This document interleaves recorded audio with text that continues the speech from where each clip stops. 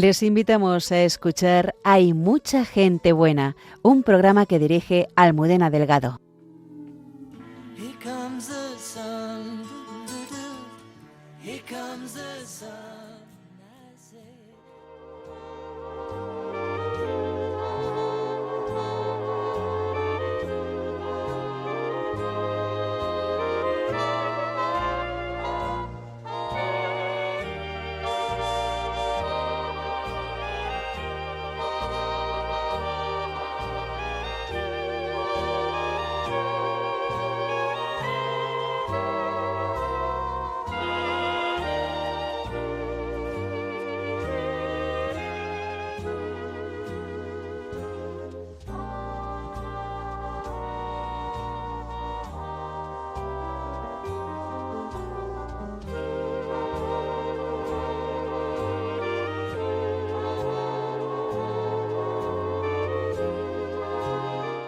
En los pobres, los heridos por la vida y los descartados, el padre José Manuel Horcajo encuentra cada día el rostro de Dios, y sus experiencias con ellos han transformado su modo de vivir y de orar.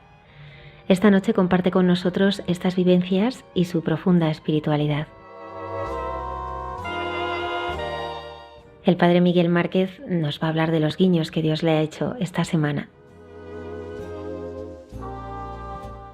Cayetana Jairi Johnson nos ayuda a comprender con mayor profundidad el encuentro de Jesús con la mujer adúltera. En Entre tú y yo, la hermana Carmen Pérez y José Manuel Palomeque dialogan sobre cómo no puede darse la fe sin que ello nos lleve a la oración personal. Buenas noches y bienvenidos a nuestro programa. Muchas gracias por acompañarnos.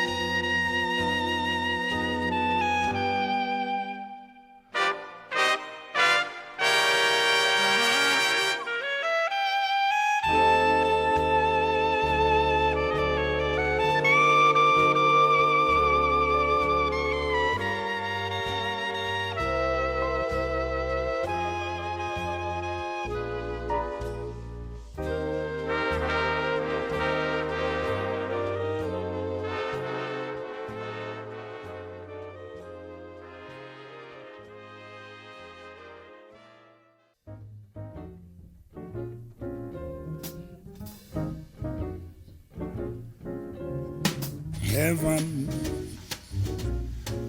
I'm in heaven, and my heart beats so that I can hardly speak,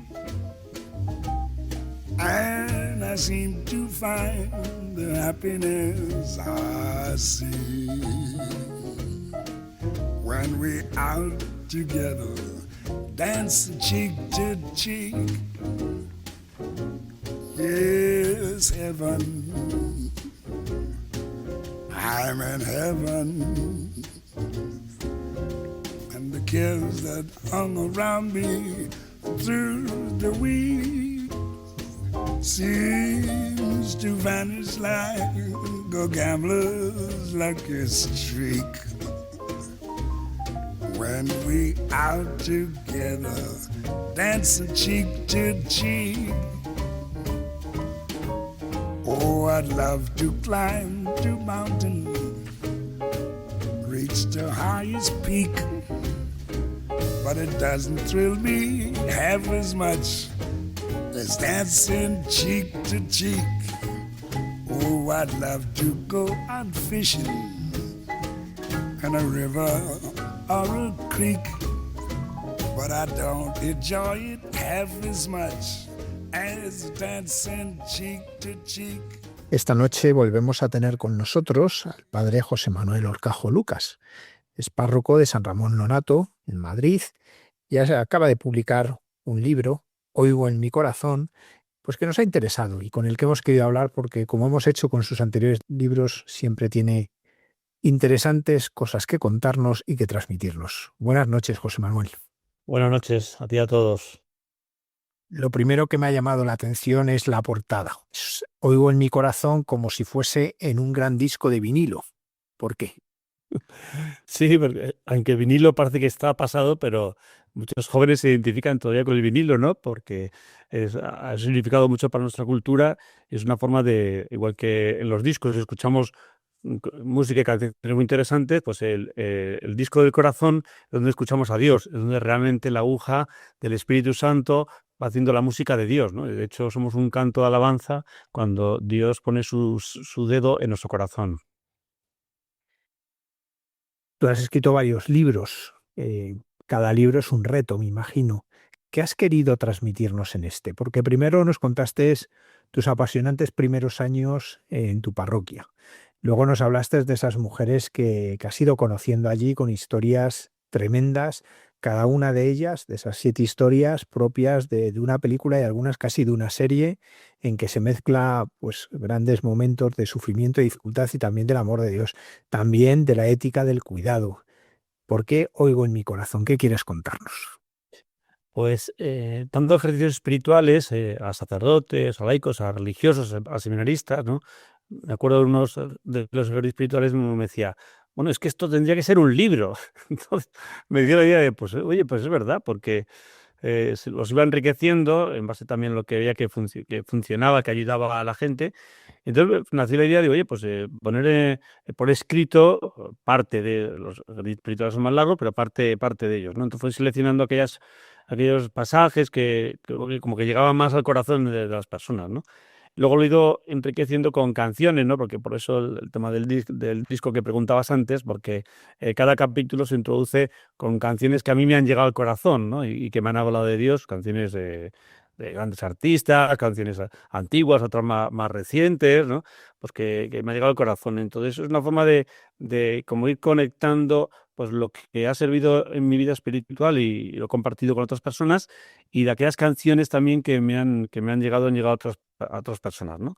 Y todo eso aplicado también con anécdotas personales, porque como el título es Oigo en mi corazón, pues también he puesto parte de mi historia de conversión, momentos de encuentro con Dios, para que también, porque yo hablo mucho de la espiritualidad narrativa, o sea, no es un libro, digamos, sobre espiritualidad, o que cuento cosas de autores espirituales, citas de San Agustín, Santo Tomás, San Ignacio, que son siempre tan importantes, sino que es un poco de espiritualidad narrativa, ¿no?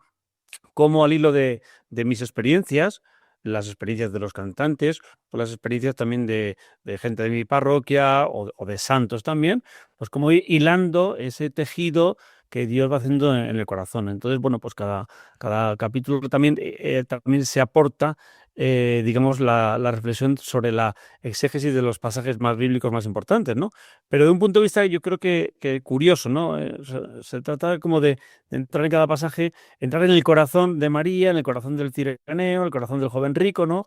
Es un poco, luego sí que te comento algunos pasajes donde he intentado como qué sentía cada uno de esos personajes, el mismo Jonás, ¿no? ¿Qué sentía Jonás cuando estaba dentro de la ballena, ¿no? Pues cómo se sentía, ¿no? Pues todo eso es lo que se intenta mostrar, como una espiritualidad narrativa.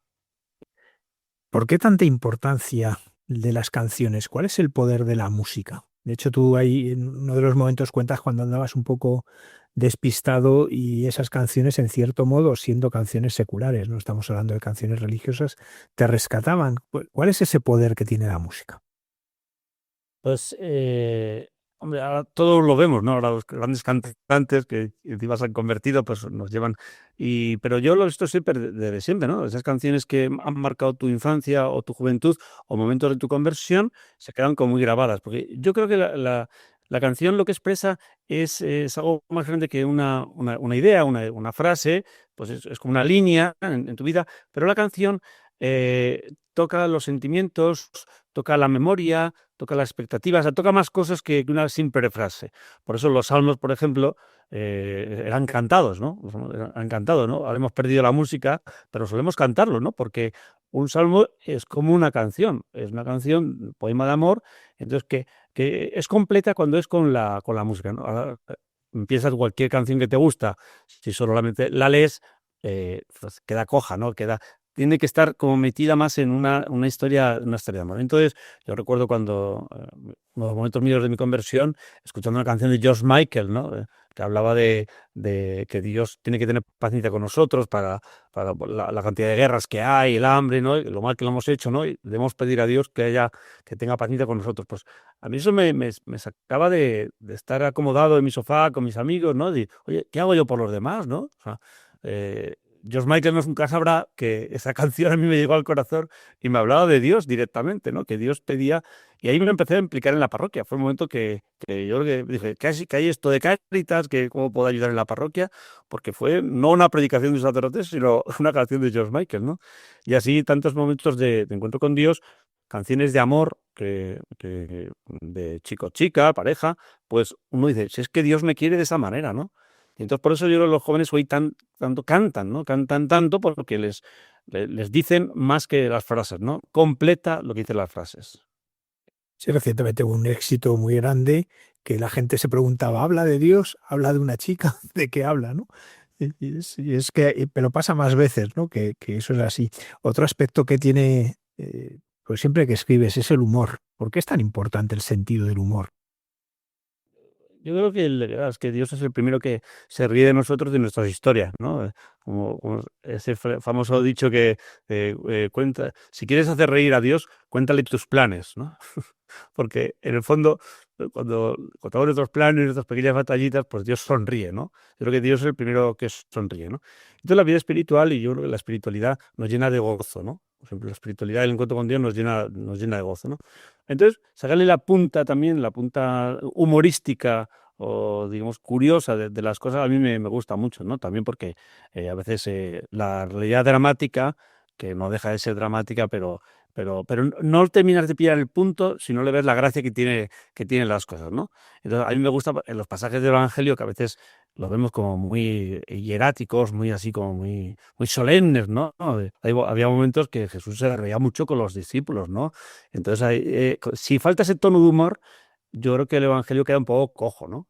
Y el Evangelio en nuestra vida diaria, porque al final las cosas o te ríes un poco de las cosas o si no lo dramatizas demasiado y no te enteras de la realidad de las cosas. Yo creo que Dios tiene más humor que nosotros mismos.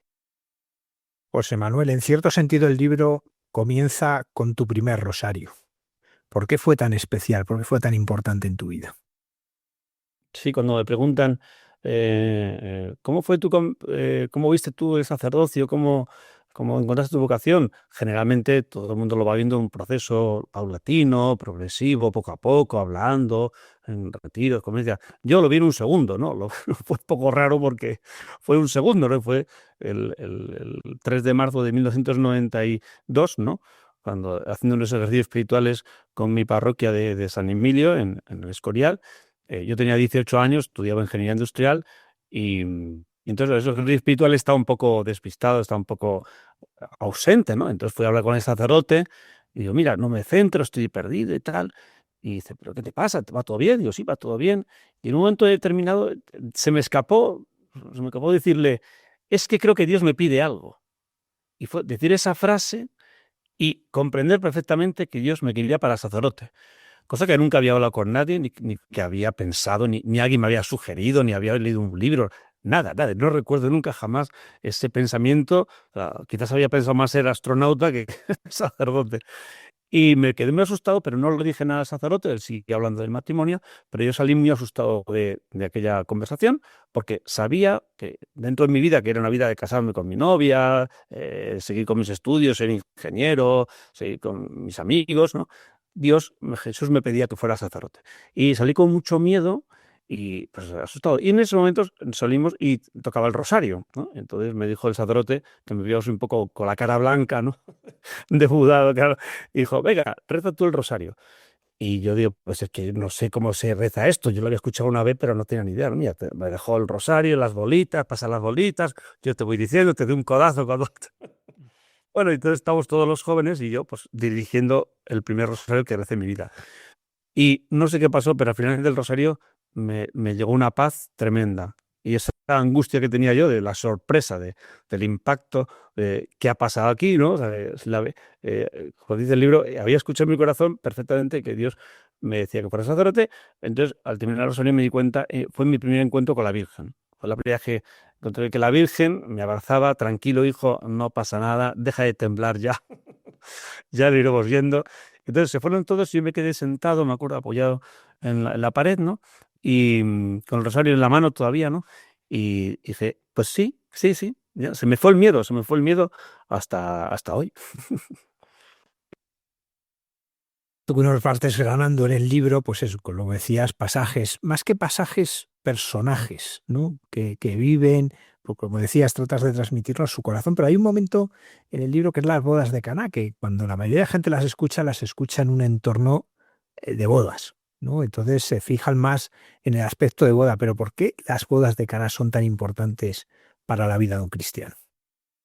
Eh, Bueno, la boda de Caná es un misterio, claro, el primer milagro de Jesús, la primera manifestación de Cristo como el Hijo de Dios, y ahí dice, empezaron los discípulos a creer en él, ¿no? Exegéticamente es un pasaje con una gran importancia, su primera manifestación en público y demás, ¿no? Y ahí comenzaron los discípulos a creer en él. Y además hace una referencia clarísimamente a la Eucaristía, ¿no? El vino nuevo de la Eucaristía de los Santos Padres está muy comentado, ¿no? Pero yo quería, en este pasaje, no sé, siempre me ha dado la atención la mirada de la madre al hijo. Siempre me he quedado con eso porque, claro, Jesús hizo un milagro en contra de su voluntad. O sea, yo digo, cambiaron los planes de Dios. En el cielo se volvieron locos. Cambio de planes. De repente no ha llegado la hora, no estaba previsto. Yo pensaba que el primer milagro siempre, pues curar un ciego no estaría nada mal, ¿no? Pues, o yo qué sé, ¿no? Un cojo, algo así bonito, ¿no? Pues sería la hemorroides, sería por un milagro, ¿no? Bonito y demás.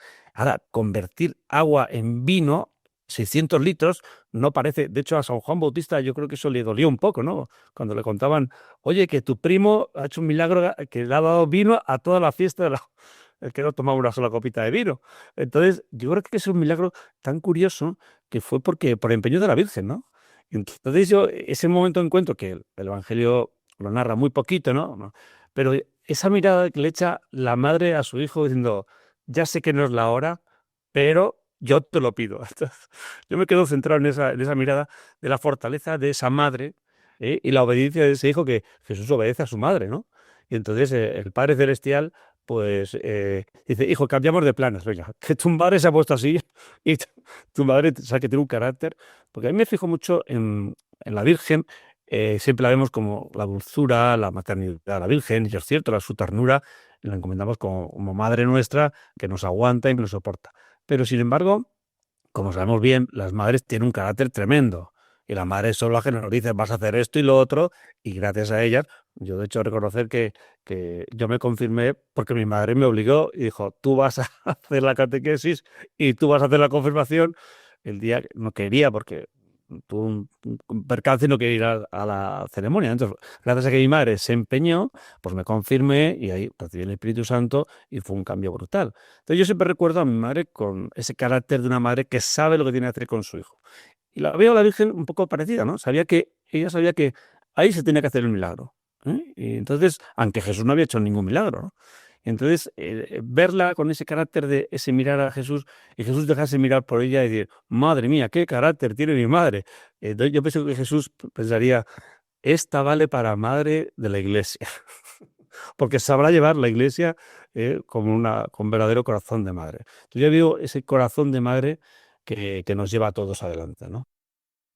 José Manuel, utilizas una expresión en el libro que me ha llamado la atención, que es la lujuria digital. ¿A qué te refieres? Lujuria digital, por resumir, es irse a dormir con el móvil en la mano. Cuando estamos tan pegados al móvil, lo manoseamos tanto, lo tenemos tan pegado cuando no podemos vivir sin el móvil, siempre mirando las notificaciones, a ver las noticias y demás, es ese que nos ha atrapado el móvil, ¿no? Ya es como una especie de idolatría, en el fondo, igual que la idolatría es eso, pues confiar en los ídolos y desconfiar en Dios y poner toda su confianza en los ídolos y depender de ellos, ¿no? Pues es una idolatría, en el fondo, de decir un apego desmedido, un apego de esclavitud, a lo digital, ¿no? Bueno, ahora tú y yo estamos hablando de lo digital, nos están escuchando los radioyentes, gracias a lo digital hacemos un montón de cosas muy buenas, pero sabemos siempre que son medios, ¿no? Y nosotros tenemos que utilizar esos medios, ¿no? Cuando los medios no se utilizan, cuando yo no utilizo mi móvil, sino que mi móvil me utiliza a mí, me tiene enredado, ¿no? Esas redes sociales que en lugar de son para pescar, nos tienen enredados, ¿no? Como una tela de araña, es cuando caemos en la lujuria digital, ¿no? Porque en el fondo pues, ese adorar lo digital móvil y una dependencia, ¿no? Una dependencia que al final sustituye la carne. O sea, qué bonito es el abrazo con un amigo, la caricia con un niño, el beso de los esposos, ¿no? Cuando todo eso corporal, es el hablarse, el escucharse, el olerse, ¿no? Pues compartir, incluso hasta ir juntos en el metro. Cuando todo eso es sustituido solo por el contacto digital, y mis amigos son likes, son digitales, entonces tenemos un problema, ¿no? Hoy en día yo creo que la gente con tanto desarrollo digital lo echan falta esa cercanía corporal, ¿no? Y entonces incluso hoy en día pues está también esos contactos incluso sexuales a través de internet, ¿no? O sea, ya hemos llegado a la locura de que es mucho más fácil, mucho más cómodo porque yo lo controlo. O sea, ya otra persona que la puedo escuchar o ver, pues no la puedo controlar. Es decir, en cambio, los medios digitales los puedo controlar. Le pulso el botón, doy el scroll, elijo lo que quiero y nunca discute conmigo, ¿no? No, yo digo que habría que hacer móviles que discutan y te digan, basta ya, corta, venga, ponte a estudiar, como hacen las madres. En cambio, el móvil te da todos estos gustos, ¿no? Y eso es un problema hoy en día, claro. Sin embargo, esto crece con la inteligencia artificial hasta el punto, bueno, que ya ha habido quien se ha casado con una inteligencia artificial. Si se puede decir que eso es matrimonio, ¿no? Que no se puede, pero sí hay ese movimiento. Sabemos, pues, de jóvenes que ya prácticamente han convertido una inteligencia artificial en sus amigos, en sus consejeros, incluso a quien la ha llevado al suicidio, ¿no?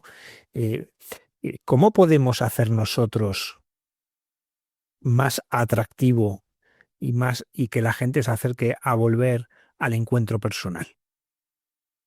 Mm, Claro, bueno, es que todo el mundo busca el encuentro personal. El que busca el encuentro digital está deseando, ansiando un encuentro personal, pero quizás le da miedo, porque efectivamente el encuentro personal te reclama, te mira. O sea que aquí los filósofos franceses hablan mucho de decir, mira, mirar una cosa, nunca terminas aprendes a mirar hasta que no miras a alguien que te mira. Puedes mirar muchas cosas, pero cuando miras a alguien que te mira, miras una mirada, ese es el momento de que sabes lo que es mirar, ¿no? Pero claro, alguien que te mira te está cuestionando, ¿no? Entonces, ver una pantalla no te cuestiona, pero ver una persona que te está mirando a los ojos, uno baja la mirada, ¿no? Se sonroja, ¿no? Porque quizá ahí va, me he metido en su mundo, él se ha metido en mí, ¿no? La pantalla siempre te deja un poco alejado, ¿no? O sea, la pantalla pone una distancia. En cambio, la persona te acerca, te incorpora. Entonces, eh, claro, el que tiene miedo no quiere entrar en el encuentro personal. Por eso cuando le invitas a un joven vente a la parroquia, vente a una oración, vente a un retiro, ¿no? Uy, yo no voy porque se implica, ¿no? Entonces, pero al que da el paso, pues entonces de repente ha encontrado algo, ¿no? Y se sumerge en una historia. Entonces, hoy en día hay que sumergir a la gente en historias corporales, ¿no? Grupos, parroquias, ¿no? Comunidades vivas, donde solo por llegar, ver, tocar, empieza a cambiar algo, ¿no? Su vida empieza a cambiar. Y es lo que le pasa a la gente que va a esos retiros de conversión y demás. ¿Por qué? Porque en el fondo se sumergen en un cuerpo que les toca. Ya no son pantallas, ¿no? Son personas que les hablan, les escuchan, se sienten cuestionados y todo su ser y su corazón empieza a temblar y empieza a convertirse. Por eso el emotivismo no sé si hablaremos de, pues no, ya saco el tema, ¿no? De la carta de los obispos que han sacado la Conferencia Episcopal hace poco, ¿no? No sé si lo vas a preguntar o lo saco ya. Y porque creo que es un documento muy importante que habla sobre el emotivismo y la espiritualidad, ¿no? Y efectivamente, pues señala una oportunidad, pero un peligro, ¿no? La oportunidad de que desde el corazón se comprende la salvación, del corazón se comprende la fe, ¿no? Pero se puede caer en el emotivismo, ¿no? Entonces, de hecho, el texto se basa así en el lema de John Henry Newman, Cor ad cor loquitur, que era el título que iba a poner el libro. El título lo iba a poner así, claro, en latín no se entiende, pero es que en español queda muy mal, porque es el corazón habla el corazón, digo, mucho corazón. Entonces, por eso le cambié el título. Y cuando vi el texto de los obispos me pareció, digo, fíjate, hablamos de lo mismo, ¿no? Y claro, lo que nuestros pastores señalan, esto es que la evangelización parte del corazón, pero sin que esté desvinculado de la razón y de la voluntad, ¿no? Entonces, ¿qué sucede? Eso se consigue con el cuerpo, ¿no? Cuando uno se incorpora en un cuerpo vivo, entonces tus sentimientos que se generan por ese contacto vivo, pues generan también unas acciones, ¿no? Y unos sacramentos y un cambio de mentalidad, ¿no? Entonces, ¿el emotivismo qué es? El emotivismo es ir a un retiro de impacto, ¿no? Pero tus sentimientos siguen desconectados de tu vida, de tu pensamiento, sigues con tus ideas antiguas, de tus acciones, no cambiarán tu vida, y de los sacramentos, no vas a los sacramentos y no te incorporas. Entonces, el emotivismo espiritual, este peligro de sentir algo, pero desconectarlo del resto. Claro, en el fondo, ¿qué falta? La incorporación. O sea, mi cuerpo se incorpora, entonces estoy contigo, vamos juntos a tal sitio, te voy a ayudar, dejo que la gente me cuestione. Entonces, hoy en día, en la evangelización es necesario que nos incorporemos, nuestro cuerpo en un cuerpo vivo que es la Iglesia. Y entonces ahí todo comienza a cambiar. No solo los sentimientos, quizás el primer momento, sino mi vida, mis acciones, mis cuestionamientos, hasta mi trabajo y mi forma de vivir la familia y hasta la ecología, el cuerpo de la humanidad también cambia, ¿no? Así evitamos lo que es la idolatría y la inteligencia artificial, ¿no? Eso ya nos llevaré a otro tema, pero yo creo que la inteligencia artificial ni es inteligencia, porque no parte del amor, esto ya no es inteligencia, son datos, big data, ¿no? Pero tampoco es artificial, porque en el fondo la inteligencia artificial, las redes sociales, mm, no solo son una herramienta, un artificio, como puede ser un móvil o un cuchillo o una bicicleta, que son una herramienta, sino se han convertido en un lugar donde vivir, un lugar donde estar, ¿no? La gente vive, habita en las redes sociales, pero eso es un no lugar, no es un verdadero lugar, porque no tiene cuerpo, no tiene cuerpo. La iglesia sí tiene un cuerpo, es un lugar donde vivir y donde estar y donde sufrir y donde gozar. Y de aquí surge una pregunta. ¿Tú conoces gente que se haya convertido por las redes sociales? Em, yo directamente no, pero me han contado muchos casos de. El otro día hablaba con un sacerdote británico que allí está en Londres y dice que cada vez son más conversiones de gente, bueno, hasta una parroquia tenía hasta 700 bautismos de adultos, me parece una barbaridad, ¿no? Pero gente y contaba que estos nuevos conversos vienen de familias ateas, de la increencia total, nunca han sido educados, ¿no? Pero cuando llegan a las parroquias, a las comunidades, ¿no? A pedir los sacramentos, resulta que ya saben de todo. Es decir, te citan a Santo Tomás, te citan a San Agustín, el catecismo, porque previamente se han informado. O sea, entonces dice, la catequesis con ellos no es catequesis que te voy a dar contenidos. Los contenidos ya los tienen. Han leído un montón de cosas, informarse, pero necesitan tocar, necesitan habitar, necesitan vivir, ¿no? Necesitan experiencias, ¿no? Entonces, son catequesis distintas, ¿no? No son el catecismo clásico, que ya se lo saben, sino darles un lugar de esperanza. Entonces, bueno, de alguna manera se han convertido a través de canciones, se han convertido a través de pensamiento, de vídeos, yo creo que también del vacío existencial. Hoy en día la gente, si solo le das ideas, la gente de las ideas te agotan, te cansan, ¿no? La gente necesita no solo ideas sobre Dios, sino tocar a Dios, ¿no? Entonces, por eso van a la iglesia y yo quiero esto que siento, quiero tocarlo, ¿no? Quiero experimentarlo, ¿no? Entonces, pero yo no conozco así a ninguno directamente. Y tocas un punto muy importante, que es el de las ideas, ¿no? Hay un peligro de ideologización de la fe que se da en todo momento de la historia, pero ahora tal vez sea más acusado. Eh, ¿Qué nos ayuda a no caer en esa ideologización de la fe?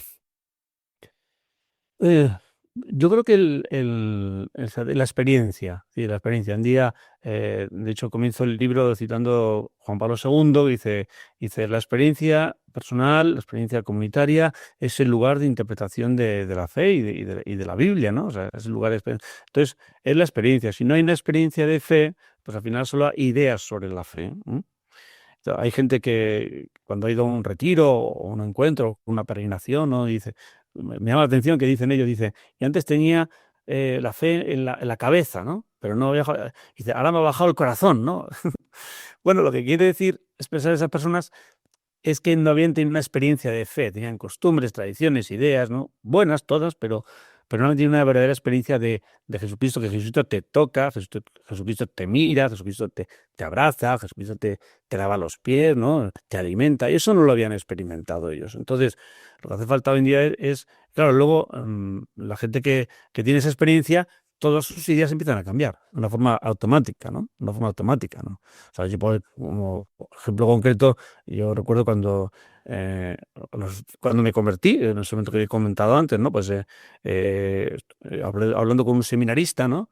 Del seminario en Madrid, ¿no? Entonces empecé a hablar con un seminarista, ¿no? Claro, que ya conoce qué es lo del sacerdocio, ¿no? Entonces me acuerdo de la conversación, de 18 años, y salió el tema del aborto, ¿no? Entonces yo le decía, no, pero es que en algunos casos el aborto, bueno, algunos casos son muy extremos, entonces habrá que permitirlo, ¿no? Entonces me dijo simplemente, no, el aborto es un crimen siempre. Y yo, con esa simple frase dicha por una persona que yo admiraba, que yo quería y que para mí, o sea, una persona que era alguien, o sea, una persona concreta, se me cayeron todas las ideas. Dije, claro, es verdad. O sea, no hizo falta más argumentos, no me hizo leer la encíclica ni nada más, sino que me lo decía este hombre que me quería, hombre de fe, y yo, y claro, digo, esto es verdad, lo que esto dice es verdad. Es decir, las ideologías y las ideas se caen cuando hay una experiencia de amor, una experiencia de afecto, una experiencia donde notas que Dios está en esas personas porque cuando uno va con personas y que te llevan a Dios, dice, es que Dios se manifiesta en esas personas, encuentras a Dios en las personas, ¿no? Cuando uno me pregunta, pero ¿cómo podemos decir a uno que dice, yo no creo en Dios porque no lo he visto? Entonces, si no lo he visto, no creo en Dios, ¿no? Digo, pues tú dile, digo, pero ¿me ves a mí? ¿Me ves a mí? ¿O no me ves a mí? Y no me ves que yo quiero mucho a Dios y que Dios me quiere y que yo doy la vida por Dios. No me estás viendo, no me estás escuchando. ¿No te basta este testimonio? ¿No? Comprendo que tú no le veas, pero me estás viendo a mí. Y yo sí le veo. Entonces, tienes un problema. Entonces, sigue ese rastro. Me estás viendo una persona creyente que te interpela. Eso sí que lo puedes ver. Claro, entonces ven conmigo, sigue conmigo y verás a más personas. Entonces, algún día verá a Dios, claro que sí. O sea, no tienen excusa de decir, no, como no veo a Dios, no. A Dios no le ves todavía, pero a mí sí me ves. Ven conmigo. Es por esa razón por la que nos hablas de tantas personas en tus libros concretas que has ido conociendo, el que podamos ver en ellas la acción de Dios. Sí, yo lo que voy narrando en base a lo que he visto de ellos, ¿no? Pues voy viendo cómo ellos me enseñan tanto del encuentro con Dios, ¿no? O sea, cuando, por ejemplo, una que narro, ¿no? Calista, ¿no? Que ese toque de Dios, ¿no? Cuando esa persona que estaba en la prostitución, recogía alimentos por la calle, ¿no? Entonces se plantó en el comedor social y le dieron, ese día en el despacho, le dieron comida para sus hijos y estaba feliz, ¿no? Dice, claro, me dieron la alegría, el rostro amable, los bienes, los alimentos, ¿no? Dice, pero sobre todo una mano que la abrazó, ¿no? Y le dijo, tú lo que necesitas es a Dios y te vamos a dar a Dios, ¿no? O sea, entonces cuando me explicaba, dice, y eso ya me convirtió totalmente, ¿no? No hace falta más argumentos, y ya fue como su gran conversión, ¿no? Una mano que le toca al hombro y dice, te vamos a dar a Dios, ¿no? Entonces, te das cuenta de, claro, de que es que Dios no entra por un discurso racional, que también puede ser que sí, ¿no? O por internet, no lo dudo que no, pero al final es esa mano que te toca, esa mano que te hace temblar y te hace vibrar, y en toda la humanidad es donde encuentras a Dios, ¿no? Entonces, a mí eso me lleva, digo, es verdad, ¿cuántas veces Yo me he podido convertir, gracias a ese abrazo de ese amigo, a esa palabra de escucha, de cariño de una persona, o esas lágrimas de una persona que llora ante ti, que digo, anda, pues que esas personas son las que me están mostrando el verdadero rostro de Dios, ¿no? Entonces, no dudo que también se le puede encontrar. Yo me gusta mucho la naturaleza, ¿no? Pues el cielo limpio, en la maravilla de la creación, en el mar impetuoso se puede encontrar a Dios, pero en esas personas que te manifiestan el amor de Dios, ahí yo creo que son para mí una enseñanza, ¿no? Por eso es una espiritualidad viva, experiencial. Lo que pasa que esto, siendo así, es a través de rostros a veces sucios, a veces enfadados, a veces aquellos que la sociedad ha descartado y que duermen debajo del puente al que está al lado de tu parroquia. Hay personajes aquí de todas las edades. A mí me llama mucho la atención Nirley, que hablas de ella. Pues no vamos a hablar de todos, evidentemente, que para eso está el libro, pero cuéntanos quién es Nirley y lo que ha supuesto para ti. Bueno, pues Disney es precioso porque, precisamente porque ahora sus hijos están en catequesis, ¿no? Entonces es una chica que la conocí yo cuando la di la primera comunión hace mucho tiempo, y ahora estoy para dar la comunión a sus hijos, ¿no? Entonces, con su marido, pues es muy bonito, ¿no? Entonces, esta chica con 15 años, yo le había dado la comunión, la confirmación, y yo siempre les digo a las niñas, les digo, tú cuando te quedes embarazada, primero me lo cuentas a mí, que al principio no entiende nadie. ¿Cómo? ¿A qué se refiere? Digo, bueno, tú recuerda esto. Y efectivamente se le queda grabado. Entonces, ¿por qué? Como este caso que os cuento, ¿no? Porque a los 15 años, vine un día llorando, padre, quiero verle. Entonces, recibí, ¿qué te pasa? ¿Que te has suspendido las asignaturas? ¿Te regaña tu madre? Y dice, no, estoy embarazada. Yo ni sabía que tenía novio, claro. Claro, entonces yo intenté reaccionar bien, pues qué bonito. Claro, yo pensaba por dentro, digo, madre mía, tantas clases de afectividad, de sexualidad que hemos dado en la parroquia, no ha servido para nada. Pero entonces yo le tranquilicé y digo, no pasa nada, no te preocupes, ese hijo es nuestro, es tuyo, es mío, es nuestro y tal, ¿no? Y digo, pero vamos a decírselo a tu madre, esta noche voy yo y se lo dices delante de mí, ¿no? Su madre es muy católica, casi de misa diaria, ¿no? Y me presenté por la noche a su casa y resulta, cuando ya se lo dijo, bueno, su madre cambió el rostro, yo vi que, lo cogió fatal, una hora y pico intentando que la madre, bueno, pero yo no la vi muy bien, no decía, no puede ser, no puede ser, no puede ser, digo, bueno, ya está el niño aquí. Bueno, cuando me marché, a las 2 horas, Nirles se había ido de casa porque habían sido discutiendo y la tuvimos acogida en los hogares de acogida, en fin, hasta que nació el niño y demás, ¿no? Su madre no, ni su madre, ni su padre, ni su novio, nadie, todo el mundo, amigas y demás, que todos que abortarse, ¿no? Y bueno, pues al final tuvo un niño, ¿no? Y entonces en uno de los testimonios que dio con los jóvenes, cuenta el testimonio de tu embarazo, y entonces ella dijo una cosa que me llegó muy dentro, ¿no? Porque dijo, cuando yo tenía 15 años y todo el mundo decía que abortase, que no, esto no podía ser, los estudios de mi futuro y demás, ¿no?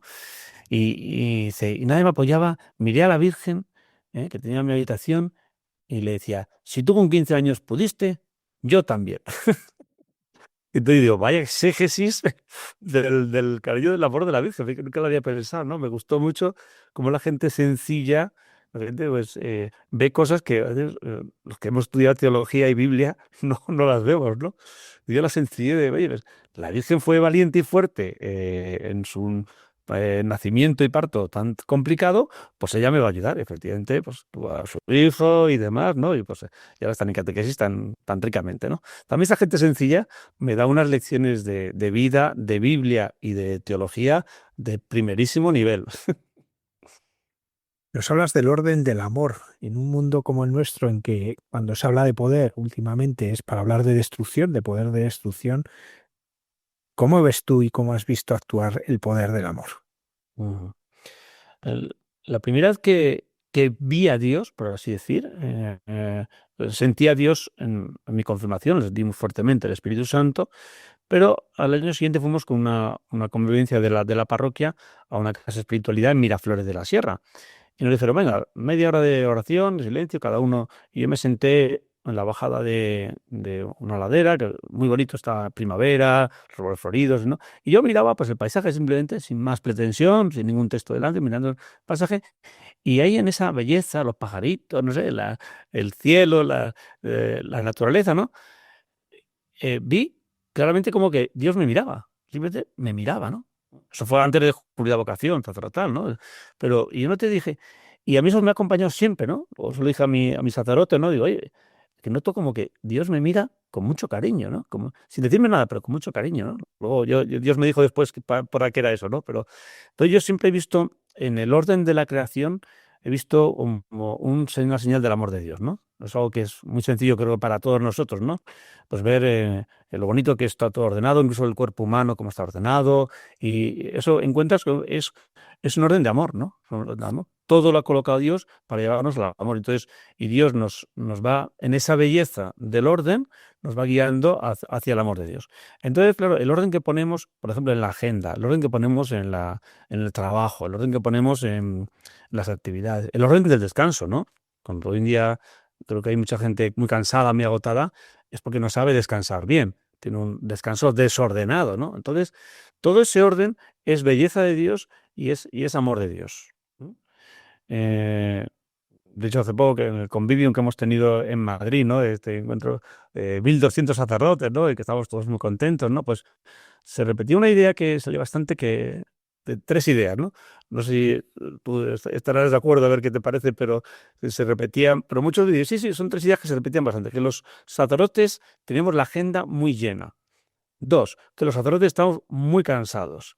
Tres, que los sacerdotes estamos muy solos, ¿no? Y yo escuchaba esas tres ideas que salían con frecuencia y pensaba, mira, yo ni tengo la agenda tan llena, ni estoy cansado, ni me encuentro solo. Y porque yo creo que eso se produce cuando hay desorden. O sea, cuando hay un desorden, entonces el amor está desordenado, entonces queremos hacer muchas cosas, viene la ansiedad, cosas que no nos llenan, sino que nos vacían, y entonces una especie de agotamiento, y entonces es ese falta de orden de Dios, falta de orden de amor, y entonces falta de alegría también, una alegría y cierta soledad, ¿no? Entonces yo creo que recuperar, claro, cada uno tiene un orden distinto y cada uno tiene una forma que tendrá que aprender, ¿no? Pero incluso hasta la enfermedad se convierte también en una forma de orden hacia Dios, porque la enfermedad te da la paciencia, te da pues, la capacidad de sacrificio, te da el abandono en Dios, en fin, hasta que la enfermedad tiene su orden también, ¿no? O sea, no es como, qué bien, qué mal, me viene una enfermedad y me estropea mis planes, ¿no? Oye, pues es para Dios, eso tiene también su orden, ¿no? Todo eso es lo que se llama la providencia. Todo está ordenado por Dios según un orden de amor, ¿no? Entonces yo creo que eso nos ayuda pues digamos, a saber vivir bien y también luego saber morir bien a su momento. Lo recuerdo el caso de María Goretti, ¿no? Que lo cuento también ahí, ¿no? Pues esta mujer pues, vivió la castidad y vivió su entrega a Dios, ¿no? Pues digamos como que y aprendió a amar a Dios, dando la vida por luchar con su castidad, ¿no? Entonces, esta mujer también, digamos, como que el último acto de su vida fue como vivió toda su vida, una vida con orden, ¿no? Y entonces, y gracias a ella, pues se convirtió este hombre y dio un testimonio. O sea, creo que hasta vivir y morir si se hace con orden de amor, pues nos hace felices, claro.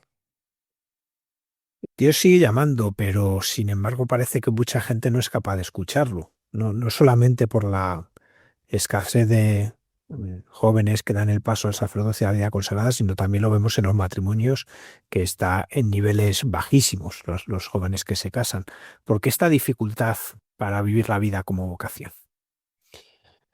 Eh, claro, es que, mira, Hans Urs von Balthasar tiene una anécdota que contaba él cuando su vocación, ¿no? Que explica esto, ¿no?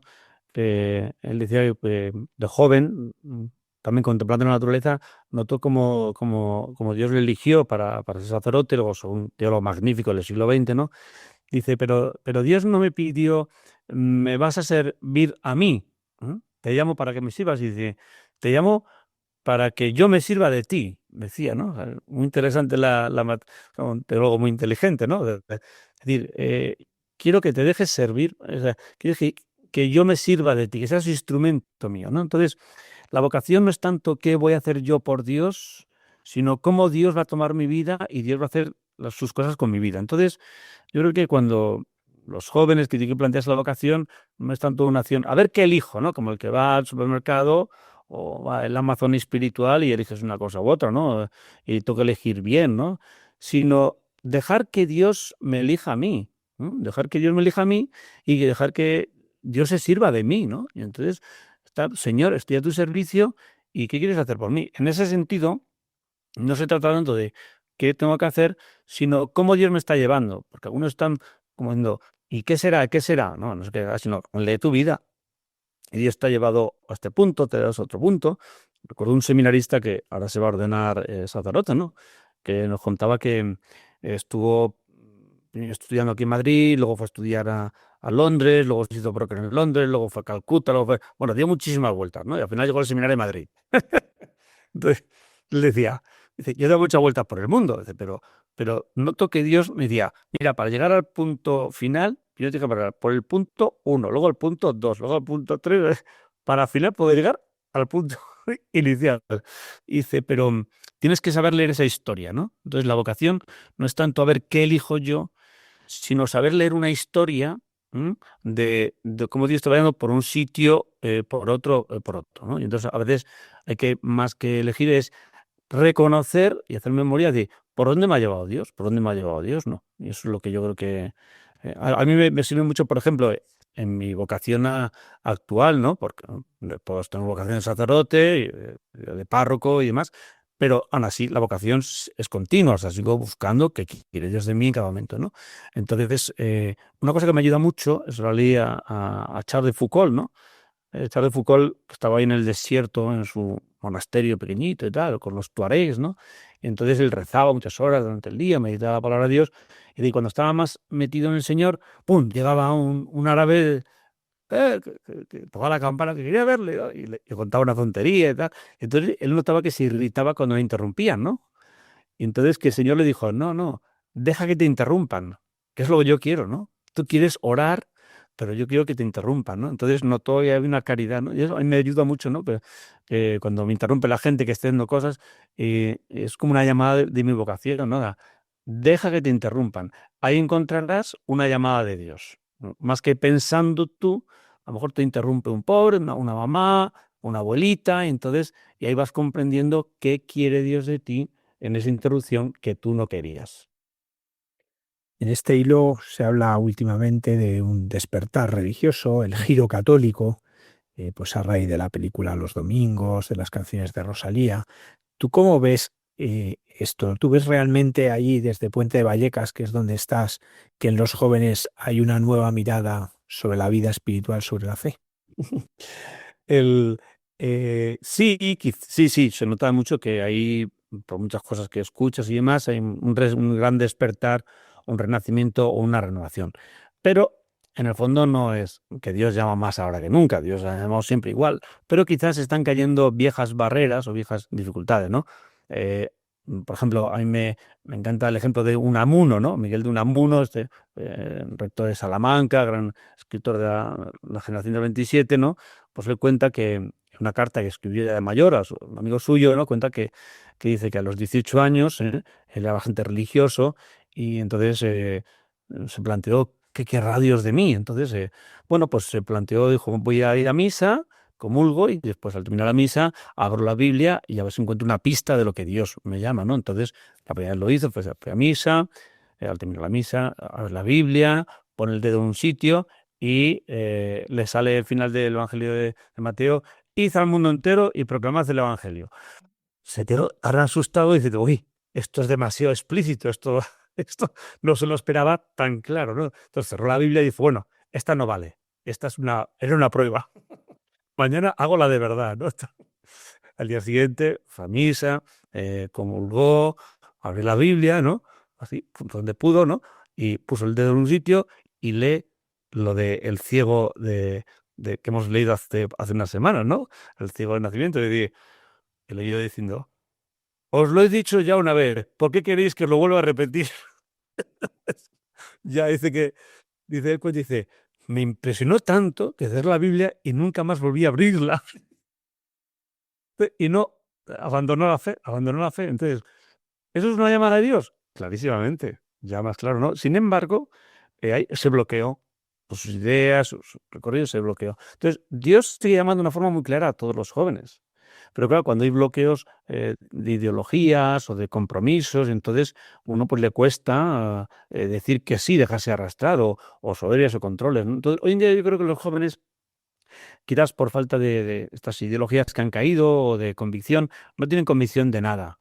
Entonces no están convencidos de nada, entonces se dejan llevar, son jóvenes, se dejan llevar, una sociedad líquida, un amor líquido, entonces tanto va a un sitio como va a otro. Entonces, cuando Dios les llama a través de música, a través de amigos o encuentros o sentimientos, ¿no? Entonces no tiene una oposición clara, entonces se dejan llevar, ¿no? O sea, ¿por qué? Porque en el fondo dice, si es que encuentro algo bueno y no hay nada que les bloquee. Yo creo que digamos que hoy en día hay menos obstáculos para reconocer esa voz de Dios o dejarse llevar por Dios, ¿no? Yo creo que- Ayer hablaba con una chica que se convirtió en Emaús, decía que ella que iba al psicólogo porque estaba sola en la vida, sin sentido, había abandonado la fe, ¿no? Y se sentía muy abandonada. Entonces fui al psicólogo para encontrar sentido a su vida. Y el psicólogo le dijo, eh, ¿cuándo es la última vez que tú recuerdas que eras feliz? Tenías una vida feliz, una vida plena, sencilla. Entonces ella empezó a recordar, tenía 40 años, ¿eh? Y a recordar y dice, pues la verdad es que, ahora que lo pienso, dice, cuando era joven iba a la parroquia. Entonces, digo, pues vuelve a la parroquia. Entonces atacó la parroquia, dio un retiro de Maús, hizo el retiro de Maús, ¡pum! Y se convirtió y retomó su fe que había dejado, ¿no? Dice, claro, si es que había dejado la fe y me di cuenta que estaba flotando en el sinsentido de nada. Entonces, cuando le dieron algo bueno, algo cristiano, pues recuperó la fe. Otro aspecto del que también hablas son de las virtudes. Hoy es verdad que soy hablar mucho de valores, pero poco de virtudes. ¿Por qué es tan importante la virtud en nuestra vida? Claro, el amor solo no basta. El amor es el origen de todo, es el motor de todo, pero el amor genera unas estrategias del amor que son las virtudes, ¿no? Como si yo digo, yo amo mucho a mi madre, pero para que ese amor llegue a efecto, pues necesito la virtud de la puntualidad para ir a verla, la virtud de la amabilidad para no enfadarme con ella, y más la virtud de la sinceridad para no engañarla, la virtud de tantas virtudes para que mi amor sea efectivo, ¿no? Entonces, eso lo saben muy bien los matrimonios, ¿no? Que no basta con que se quieran mucho, sino que tienen que ejercer unas virtudes familiares muy necesarias, ¿no? Y con los hijos y con todo, ¿no? Entonces, el amor genera virtudes y las virtudes son las que llevan a efecto esa fecundidad del amor, ¿no? Y entre ellas, pues las virtudes más principales, las teologales, la esperanza y la caridad, ¿no? Que yo lo voy ilustrando ahí, porque son como los verdaderos motores del corazón, ¿no? Para escuchar a Dios hace falta fe, esperanza y caridad. Si no, hay distorsiones, escucho mensajes complicados, ¿no? Entonces, solo cuando hay fe, esperanza y caridad comprendo que Dios me está hablando y que Dios me dice como a Moisés o como a Jonás, o bueno, Jonás, por ejemplo, que no tenía virtudes, le costó escuchar a Dios. Se quería escapar porque le faltaban virtudes, ¿no? Moisés escuchó mejor, ¿no? Y Jeremías, todos los profetas, ¿no? Entonces, yo cuento una de la esperanza, ¿no? Hay una anécdota que me gustó mucho del cardenal Robert Sara, este cardenal de Guinea-Conakry, ¿no? Y cuenta que cuando fue prefecto de la congregación de la Cor Unu, que es la de la caridad en el mundo, ¿no? Pues cuenta que le tocó ir al tsunami de Japón, un tsunami tremendo que murieron miles de personas, la mayoría japoneses, ¿no? Y entonces fue una tragedia tremenda, y entonces fue en nombre del Vaticano allí, viajó hasta Japón, a hacer una ofrenda económica, y luego pues hubo unos actos protocolarios, entregado unas flores, unas oraciones, en fin, ¿no? Y todo muy, muy sentido, muy bonito, ¿no? Y él regresó luego a Roma. Y en Roma recibió una carta de una joven japonesa que le decía, yo he perdido a toda mi familia en el tsunami, con mis padres, mis hermanos, muchos amigos, me he quedado sola en la vida, ¿no? Y tan sola estaba que decidí quitarme la vida. ¿Ya? ¿Para qué vivir, no? O sea, yo no tenía ninguna aliciente de la vida, ¿no? Entonces, se ve ahí en Japón también es bastante habitual, ver, hacer el harakiri a primera de cambio, ¿no? Entonces, y estaba ya dispuesta a tomar la decisión de suicidarme, hacerme el harakiri, ¿no? Y estaba viendo las noticias, ¿no? Y de repente ve las noticias un señor vestido raro, un señor negro, un obispo de Roma, vestido ahí, sotana, haciendo una oración, unas palabras, una ofrenda floral por las víctimas de los otros japoneses. Y yo me dije, decía la japonesa, dice, si a este señor venido de la otra punta del mundo, que encima es africano, le interesamos nosotros, ¿cómo no me va a interesar mi vida? Y entonces dice que dejó la idea de suicidarse y le dio ese agradecimiento, ¿no? Entonces él decía, el cardenal Robert Chara dice, la primera caridad es dar esperanza a la gente. Esta mujer había perdido la esperanza de vivir, ¿no? Entonces llevar esperanza es la primera caridad, más que dar cosas, y que son cosas, que está muy bien, pero cuando das esperanza a la gente, recuperar esperanza es un corazón sin esperanza es un corazón muerto, un corazón seco, un corazón de piedra, ¿no? De piedra. Esta mujer recuperó la esperanza, ¿no? Entonces yo creo que eso nos lleva a decir que la esperanza es el gran motor de una de las grandes virtudes, ¿no? O la esperanza de esa niña que sucedió aquí en Madrid, de una niña que estaba muy enferma, estaba a punto de una operación de un tumor cerebral, tenía 9 años, ¿no? Teresita, y entonces el vicario de zona fue a visitar el hospital, le tocaba visitar el hospital, visitó los médicos, los directores, y el capellán le dijo, vamos a ver esta niña que está muy enferma, fueron allá, ¿no?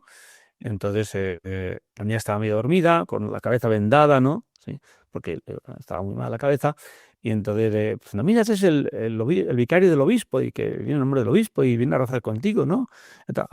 Muy contenta y tal, ¿no?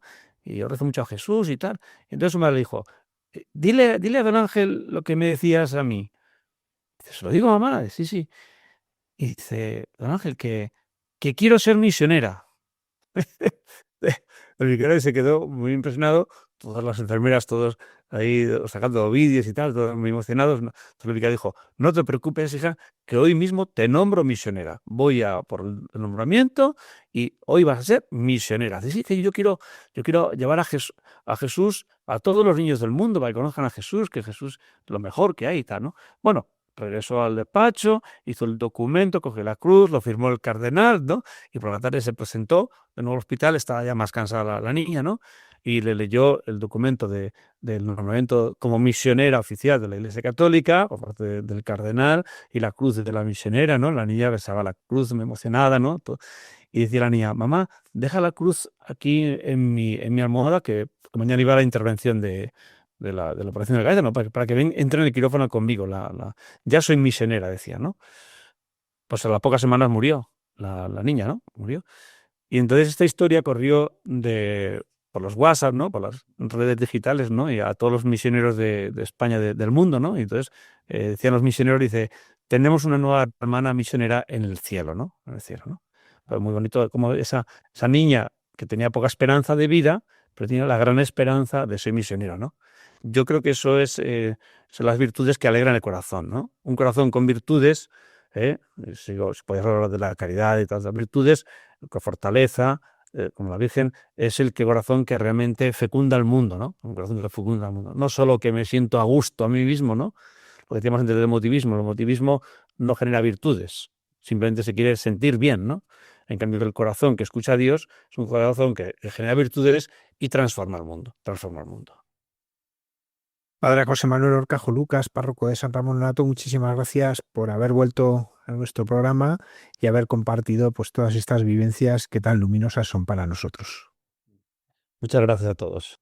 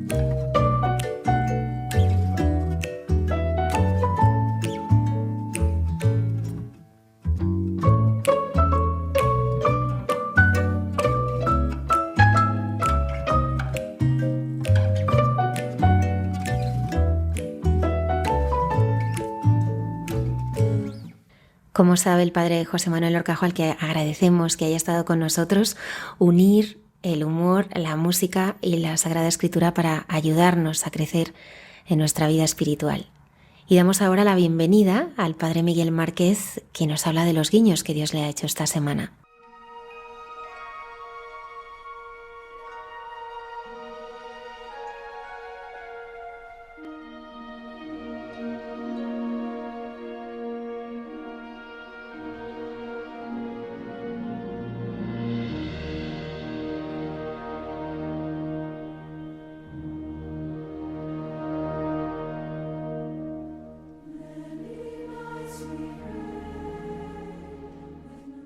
Buenas noches a todos, mucha paz. Hoy os hablo otra vez desde la montaña, desde un lugar muy bonito. Se llama Rocca di Papa. Es un pueblo como en escalera, muy agradable. Es un sitio no lejos de Roma, a una media hora, un poquito más. En este lugar tan de campaña, tan en los alrededores de jardines, estamos viviendo, como siempre una vez al año, nuestros ejercicios espirituales, días de retiro, días de reposo, de descanso. Una vez al año, 5 días, 6 días, nos retiramos y buscamos algún lugar. Es la primera vez que estamos en este sitio. De los 21 hermanos que somos en comunidad, nos hemos venido 20. Un hermano cuidando la casa, al que agradecemos su entrega y que para poder hacer esto siempre tiene que haber alguien que cuida de la casa, que se preocupa del lugar en el que habitualmente discurre nuestra vida, para poder salir, para poder estar estos días tranquilamente. Estamos en una casa de religiosas, como podéis imaginar, todo al punto, todo muy bien preparado, todo muy limpito y todo muy bien organizado. Así que estamos muy agradecidos de estos días, que son días muy especiales y que necesitamos tanto y que añoramos. Unos días al año donde cambiamos el ritmo. Este lugar es también conocido porque es el lugar donde reposa Chiara Lubi. Chiara Lubi es la fundadora de los Focolares, es un movimiento de la Iglesia ecuménico muy interesante. Si no conocéis, os invito a que conozcáis.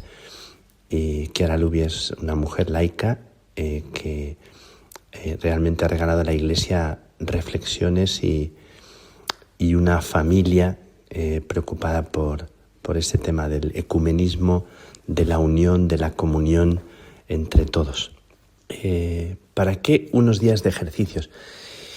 ¿Para qué sirven unos días de ejercicios que siempre en la tradición cristiana se han recomendado? Siempre se ha invitado a los cristianos, a los creyentes, a los hombres de Dios, hombres y mujeres de Dios, a buscarse unos días para reposar.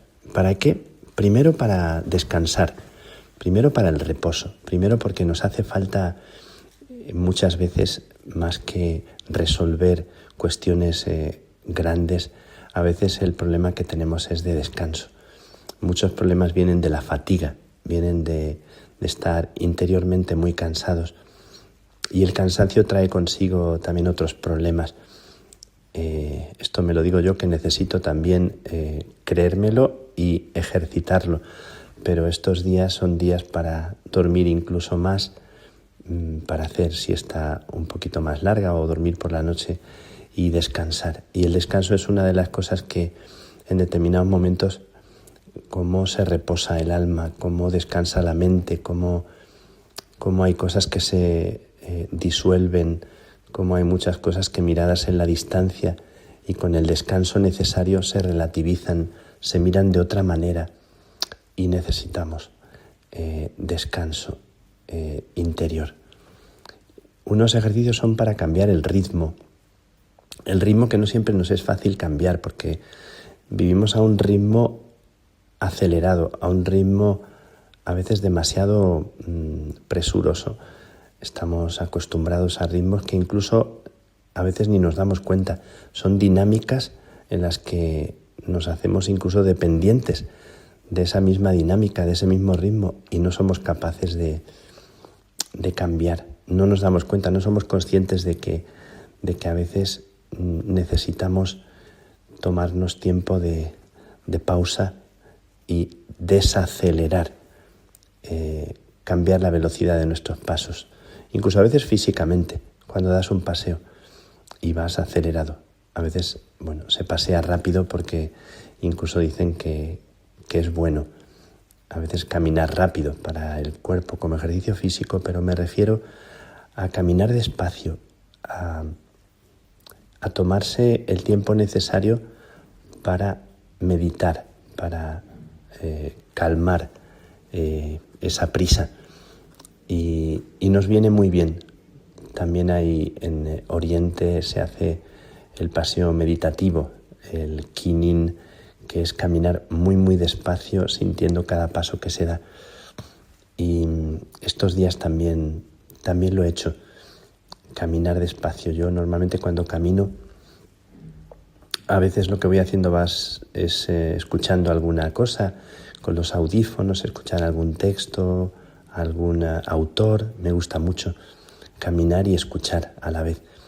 Pero también estos días he hecho caminar sin necesidad ni siquiera de rezar explícitamente una oración, sino caminar como quien observa, como quien deja que el aire le dé en el rostro, como quien se deja sorprender por lo que cada cosa del camino te regala. A veces no nos es fácil hacer esto, porque queremos siempre que el tiempo sea útil, queremos aprovechar al máximo, y a veces ese aprovechamiento también es algo no tan bueno. Entonces, como dice una famosa psicóloga, que tomarse tiempo también para aburrirse, para no hacer nada. Algunos tiempos en los que uno se sienta debajo de un árbol, a mí me ha gustado hacerlo de vez en cuando. Debajo de un árbol a respirar, a coger la vida, a darte cuenta del momento en el que estás, a valorar que este momento es único, es irrepetible. Y esto es como necesario en determinados momentos y te trae una conciencia interior diferente y te hace presente al Dios que late en tu corazón también, porque le prestas atención. Silencio. Unos ejercicios son para hacer silencio. A veces nos da miedo el silencio. Nos da miedo no tener una respuesta, una palabra. Nos da miedo no tener algo a lo que agarrarnos. El silencio a veces nos da un poco de respeto. Silencio personal y silencio comunitario. El silencio personal, que es tan importante a veces, estar como en un lugar, en un ambiente donde no estás fabricando palabras. A veces es bueno meditar, es bueno reflexionar, pero a veces también es bueno hacer silencio, escucharte, respirar en la presencia de Dios, tal como lo llevas en el corazón. Pero nos da miedo, a veces nos da miedo el silencio sin palabras o sin respuestas. Y a mí me gusta mucho pensar en un silencio que no fabrica respuestas, en un silencio que se deja ser como tierra que acoge lo imprevisto. Bueno, pues estos días son también días para hacer silencio, para callar. Y lo hacemos también comunitariamente, que es una cosa muy poderosa. Es muy interesante estar como en un grupo en el cual, conviviendo juntos, no estamos todo el tiempo hablando. Todo lo contrario, estos días son días en los que hay alguien que nos propone un tema y nosotros escuchamos, ni siquiera comentamos. Y estamos en silencio juntos, en la capilla, en el comedor, en los pasillos. Resulta muy, muy, muy poderoso, muy interesante estar juntos en silencio, acogiéndonos mutuamente. Soledad, porque aunque estemos juntos hay una cierta soledad cuando estás en silencio, estás en tu habitación, no estás comunicándote con cualquiera, no estás con el WhatsApp o con el teléfono. Tiempo de soledad, que también a veces da como reparo, da como cosa. A veces estos días he sentido también en algún momento como esa soledad, de estar como contigo a solas, ¿no? Uno siempre se siente tan confortado por la compañía de los demás, o que acudan a uno, o tú acudir a los demás, pero a veces tiempos en los que nadie acude a ti, ni tú tampoco acudes a nadie. Esa soledad sonora de la que hablaba San Juan de la Cruz, y que resulta tan útil. Yo creo que la gente sabia ha sabido estar a solas, ha sabido encontrar en la soledad su autenticidad, su palabra, su ser. La gente sabia ha sido gente que ha sabido entrar en esa soledad, que a veces es una soledad también en la que uno se siente un poco perdido, o uno se siente también desamparado, pero experimentar también ese desamparo y esa soledad. Son días de silencio para orar, para ponerse ante una mirada, para irte a la capilla y estar ahí, sin más, delante de él. Me ha gustado porque el sagrario de aquí tiene una ventanita que se abre y aparece ahí como la hostia, la forma, aparece Jesús en la Eucaristía. Me gusta mucho abrir esa ventanita y estar ahí por la noche, cuando no hay nadie o aunque haya alguien, pero estar ahí, hacer oración, hacer diálogo con el Señor de tu corazón, el Señor de tu vida. Dialogar con Él o expresar ante Él tu desconcierto, el momento que vives, tu sensación de estar en un momento particular en la vida, en el cual hay cosas que te ponen nervioso, hay cosas que te inquietan, hay cosas que te preocupan, hay cosas que te duelen, hay cosas que te alegran el corazón, pero como delante de Él dejar que suene la música que llevas dentro. Y son tiempos para reflexionar también, para meditar, para pensar. No siempre nos tomamos tiempo para pensar. A veces caminamos a impulsos de lo que llega, de lo que te preguntan, de lo que hay que hacer, de lo que el horario dice, pero reflexionar. Quiero pensar el sentido de lo que estoy viviendo. Y esto es tan importante también. Y luego, un tiempo de ejercicios es un tiempo también siempre muy útil para estar en la naturaleza. Por eso es tan importante que las casas de espiritualidad tengan un espacio de naturaleza. Qué palabra tan sabia la de la naturaleza, qué palabra tan oportuna en cada época del año. Y cada época del año es muy especial, porque el otoño, la primavera, el verano, el invierno, cada época es la vida con distintos matices, con distintos colores. Qué maravilla. Esta época del año también es muy especial aquí, donde estoy, porque la naturaleza está llena de fuerza, llena de brotes, por cierto, mirando siempre como me gusta mirar los árboles viejos con los brotes, pero mirando árboles que son todo brotes en este momento.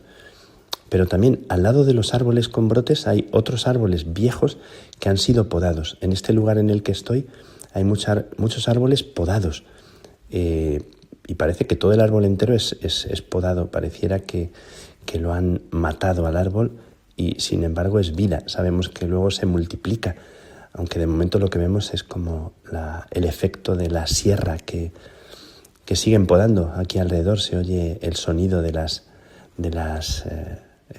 máquinas que están podando los árboles. Y dejar que el sol brille, ponerte ante el sol, que es tan bueno también, tan sano. Y estos días también hemos visto la nieve.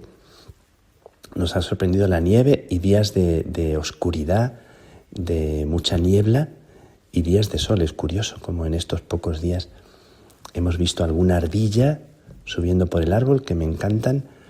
Hemos visto el gato que se sienta a la puerta de las monjas y se queda ahí tan tranquilo. Y la naturaleza siempre es maestra, es sabia, y nos comunica algo que nos hace mucha falta. Qué importante es dejar que la naturaleza nos diga una palabra. En la naturaleza Dios nos habla. Recuerdo siempre que en Salamanca, cuando me cogía la bicicleta y me iba a sitios cercanos. Alguna vez iba a aquel lugar donde Fray Luis de León se retiraba a la Flecha o a tantos otros lugares, pero allí donde él escribió aquello tan bonito, ¿no? Él que era un hombre de universidad, un hombre de letras, un hombre que también estuvo en la cárcel 5 años y donde escribió aquello de qué descansada vida la del que huye del mundanal ruido y sigue la escondida senda por donde han ido los pocos sabios que en el mundo han sido. Me gusta mucho cómo los sabios, los grandes hombres y mujeres sabios, han sabido también descansar y han sabido buscar tiempo. A veces los han buscado y otras veces las circunstancias de la vida te llevan a parar, aunque tú no quieras, y eso también es una gracia. Aprovechar esos momentos en los que la vida te para, por lo que sea, por una operación, por una enfermedad, porque tienes que cuidar de alguien y tienes que decelerar el ritmo y acompañar y dar la mano a una persona que camina a otro paso. Qué sabio y qué bueno, cómo nos enseña y nos educa también. Así que pedimos a los sabios que nos enseñen y estos días de ejercicio son para acoger esta sabiduría, silencio, soledad y preguntarnos ¿quién soy? Bueno, no es una pregunta fundamentalmente filosófica, es reconocerme, reinventarme, es permitirme renacer, es la valentía de estrenarme. Esto que se dice tan bonito, tan fácil, pero que también nos da miedo, cómo escucharnos por dentro y escuchar una palabra inédita de nosotros mismos. Esto que la gente verdaderamente sabia o humilde es capaz de hacer, de dejarse cuestionar, de aceptar que tú no te ves bien a ti mismo, de interrogarte, de pensar que tal vez tal como tú ves las cosas no son tan así como tú las ves. Esto que me parece que en este tiempo en el que estamos es cada vez más importante. Yo lo pienso de mí, que tantas personas amigas, tantas personas cercanas a veces me dicen deberías pensar esto, deberías reflexionar, deberías cambiar esta dinámica y acoger lo que te dicen los demás que están cerca. A veces no nos permitimos, no nos damos tiempo para escucharnos. A veces las personas que están más cerca de nosotros incluso tendrían una palabra que decirnos si no se atreven, o nosotros no nos atrevemos a decir. También pienso a veces que muchas personas que viven juntas o duermen en la misma cama y no siempre estrenan palabras que son importantes y que no siempre se atreven a decirse, tal vez porque al lado hay alguien que no está en la misma dinámica, en la misma onda, o que no es capaz de escuchar en la sintonía en la que tú estás queriendo comunicarte. Pero qué bueno que uno mismo se abra a esta posibilidad, a que nos digamos una palabra al corazón. Bueno, pues días de silencio, días de ejercicios, días tan bonitos aquí en Roca di Papa. Desde aquí os envío el sabor y el aire de la serenidad de estos días donde ha habido de todo: silencio, descanso, reflexión, intuiciones. Ha habido sol, ha habido nieve y un descanso por dentro. Que podáis vosotros también, o quien me escucha, tener estos momentos de pausa, estos momentos en los que uno en silencio se pone delante de Dios o se pone delante de su propia verdad y se toma tiempo para respirar, para dejarte mirar por Él, para dejarte abrazar. Presento vuestra vida y le pido que os bendiga. Desde aquí, desde esta tierra llena de brotes, desde este momento único, le pido al Señor que os bendiga. Que la bendición de Dios Todopoderoso, Padre, Hijo y Espíritu Santo, descienda sobre ti, descienda sobre vosotros y os acompañe siempre, siempre.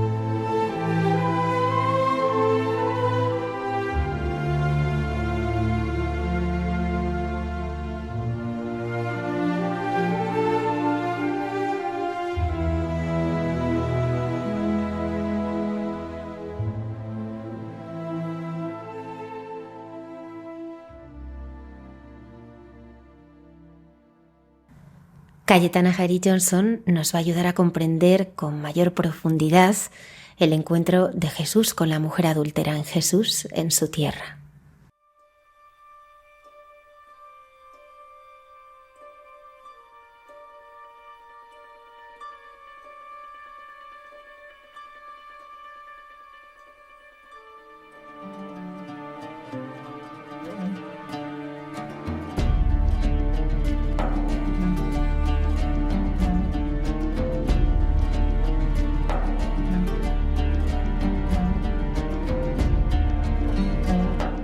Buenas noches de paz y bien, queridos amigos de esta sección llamada Jesús en su tierra de Radio María.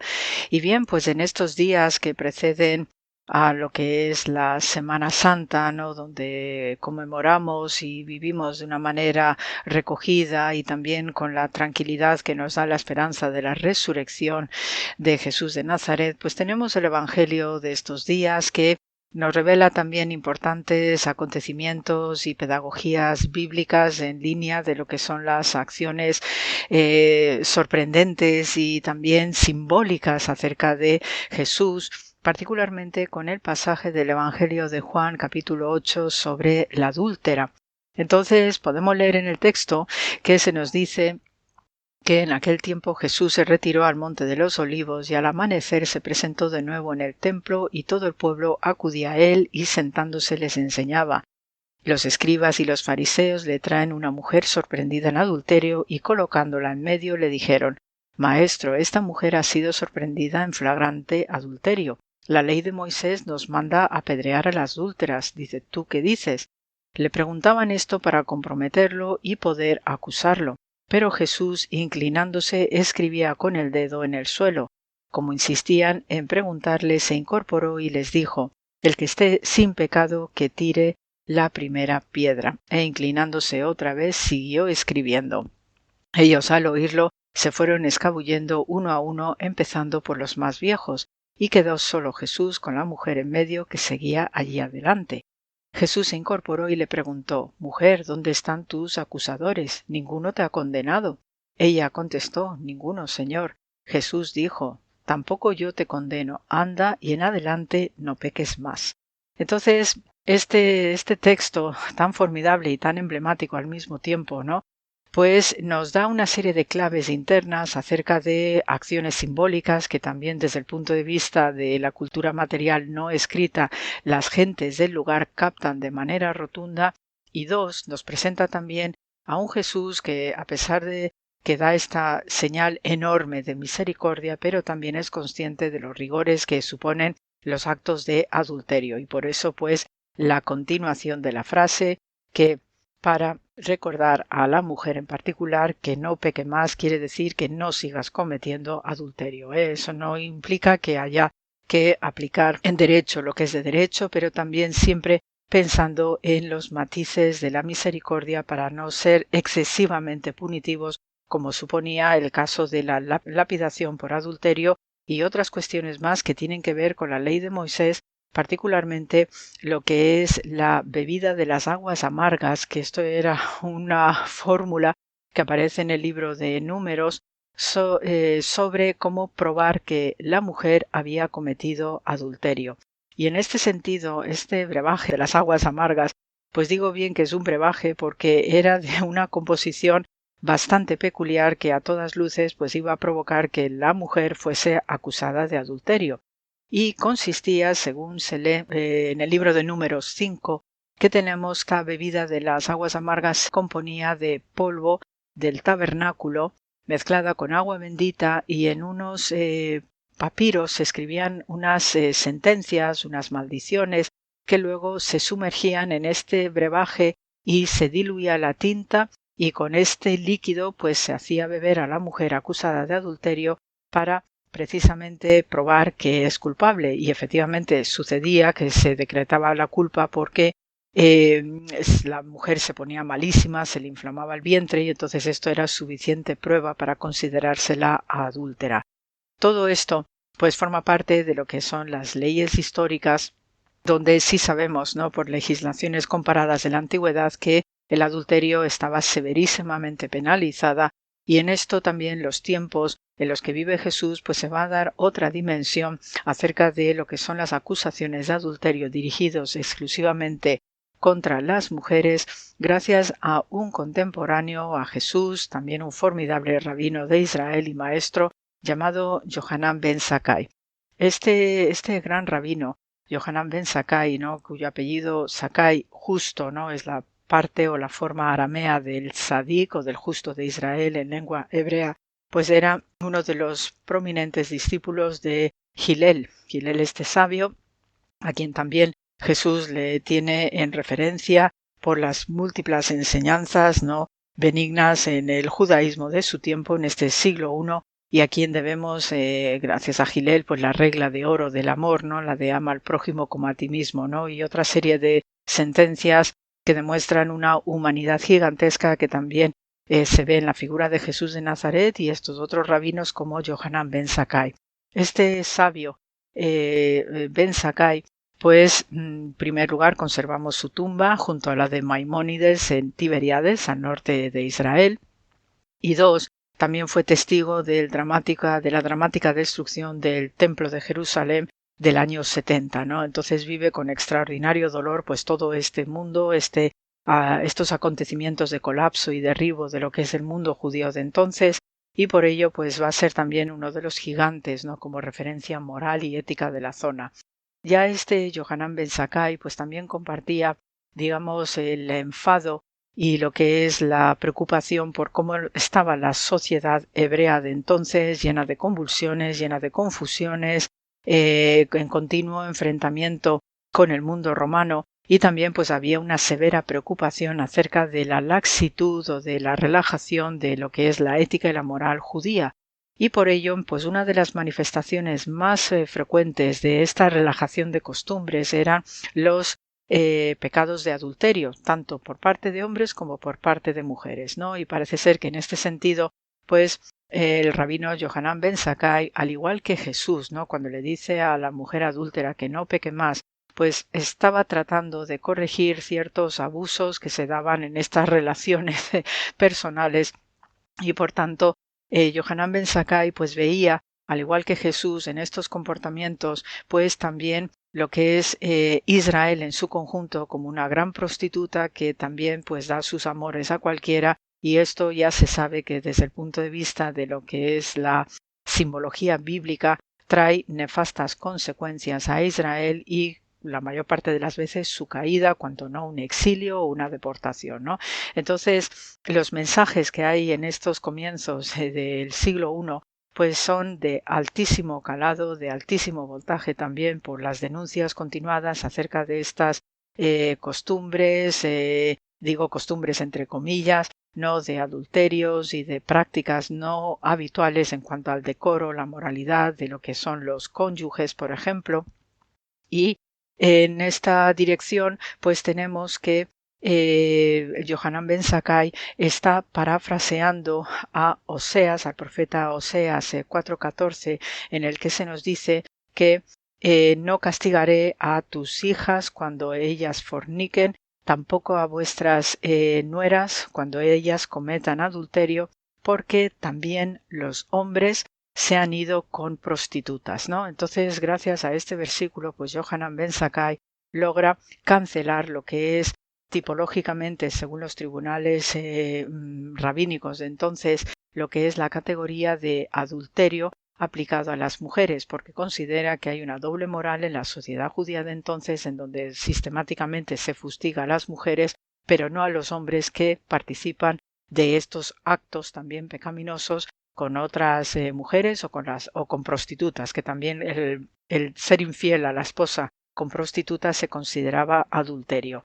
Entonces por eso tenemos a Jesús de Nazaret pues igualmente amonestando a la mujer en el sentido de que debe corregir sus acciones, pero igualmente está también liberándola de todas las hipocresías y los cinismos de los varones que querían lapidarla, porque también en esta dirección, como Yohanan ben Zakkai, pues está reprochando y recriminando lo que es esta hipocresía social con respecto a estos delitos de la carne, ¿no?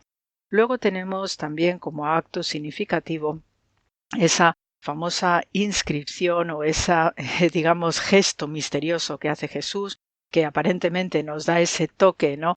Digamos, hasta incluso estrambótico, que mientras hay un ambiente alterado donde se quiere apedrear a esta mujer, están todos los hombres con la piedra a la mano, están levantiscos, están provocando a Jesús continuamente, pues él con toda tranquilidad está escribiendo algo en el suelo, está pendiente obviamente de la situación, pero está totalmente tranquilo, apaciguado, y esto también revela, ¿no?, lo que es la personalidad de Jesús, ¿no?, de contención, de saber escrutar, ¿no?, cuáles van a ser los movimientos siguientes, sobre todo para dar una respuesta contundente a estos hombres, ¿no? Y entonces, en este sentido, se ha querido ver en el gesto de Jesús pues una referencia al profeta Jeremías en el capítulo 17, donde también pues hay una fuerte amonestación contra Israel, contra sus prevaricaciones. Ya sabéis que el profeta Jeremías pues es el profeta del exilio de Babilonia, y por eso pues ahí tenemos los continuos quejidos, los llantos de Jeremías, que también él mismo no sufrió en carne propia, que es este entorno de que no me escuchan, que no me prestan atención, y por tanto pues es llevado de un sitio a otro, entre Egipto, entre Babilonia, etcétera. Sufre muchísimo maltrato. Hay momentos en que también el profeta Jeremías se desanima muchísimo, ¿no?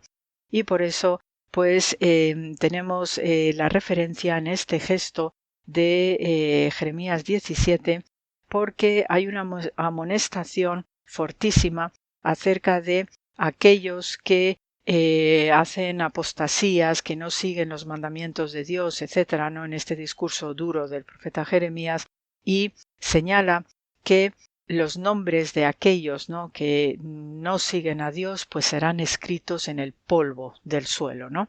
Entonces, este gesto que está haciendo Jesús, pues también, ¿no?, de alguna manera hace eco a lo que es esta amonestación fortísima del profeta Jeremías, que entre otras cosas, ¿no?, pues abogaba también por que la sociedad judía de entonces se quedase tranquila, que no estuviera tan alterada, que no provocase las iras de lo que es el rey Nabucodonosor de Babilonia, porque efectivamente ya sabemos después lo que sucede, ¿no?, cuando se provoca un rey todopoderoso. Y por tanto, pues Jeremías, que procuraba, ¿no?, tranquilizar a la población de su tiempo, ve que no lo consigue y finalmente son deportados, y esto pues conduce también a la primera destrucción del templo de Jerusalén. Pues utiliza estas imágenes, ¿no?, de que todos aquellos que provocan estas situaciones catastróficas por divisiones, por discusiones internas, por provocar también, ¿no?, situaciones catastróficas, pues al final igualmente la obligación de todos es mantener la paz social, la paz de la nación, y por tanto pues todos estos levantiscos pues al final provocan una situación catastrófica, ¿no?, y de injusticia también, ¿no?, desde el punto de vista de los conciudadanos. Por tanto, aquellos que no han seguido, ¿no?, los mandamientos de Dios en todas estas exquisiteces éticas, ¿no?, de entonces, pues sus nombres quedarán inscritos en el polvo, ¿no? Por ello, pues este gesto de Jesús, que también son gestos que a buen entendedor pocas palabras, y en esto pues aquellos que tenían la piedra a la mano se dan cuenta de que está haciendo este recurso a lo que Jeremías siglo atrás había ya comunicado, pues ellos también, ¿no?, sienten este pavor de no ser inscritos, ¿no?, en el polvo del suelo, ¿no?, por haber prevaricado y por haber acusado injustamente, teniendo en cuenta que ellos también estaban cometiendo sus propias prevaricaciones. Así que estos son también de las tantas enseñanzas para nosotros, que cuando levantamos dedos acusadores, pues primero acusémonos nosotros mismos de nuestras acciones y después ya veremos, ¿no?, hasta qué punto debemos ser tan rigoristas y tan rigurosos con el prójimo. Así que con el programa de hoy pues se os manda mucho amor, como siempre, en estos inicios de nuestra Semana Santa. Gracias por la escucha y hasta la semana que viene.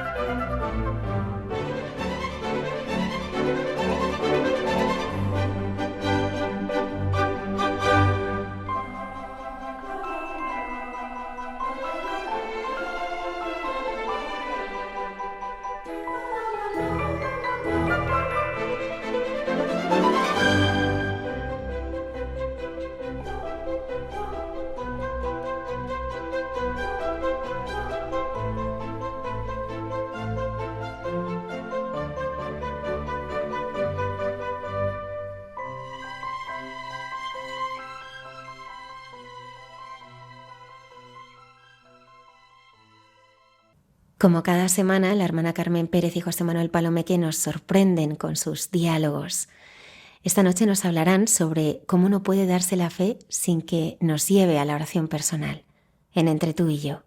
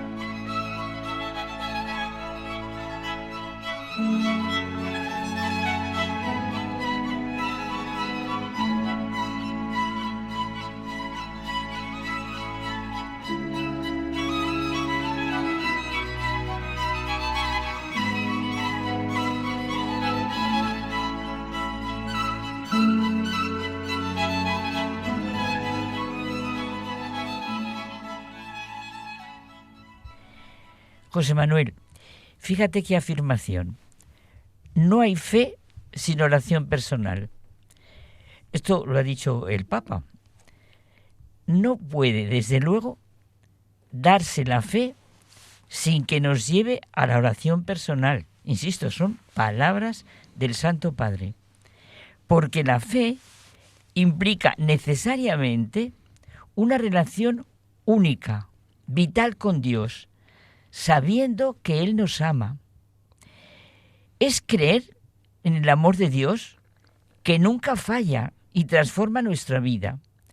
Supone un acto libre de entrega personal a Dios, un diálogo continuo con Él.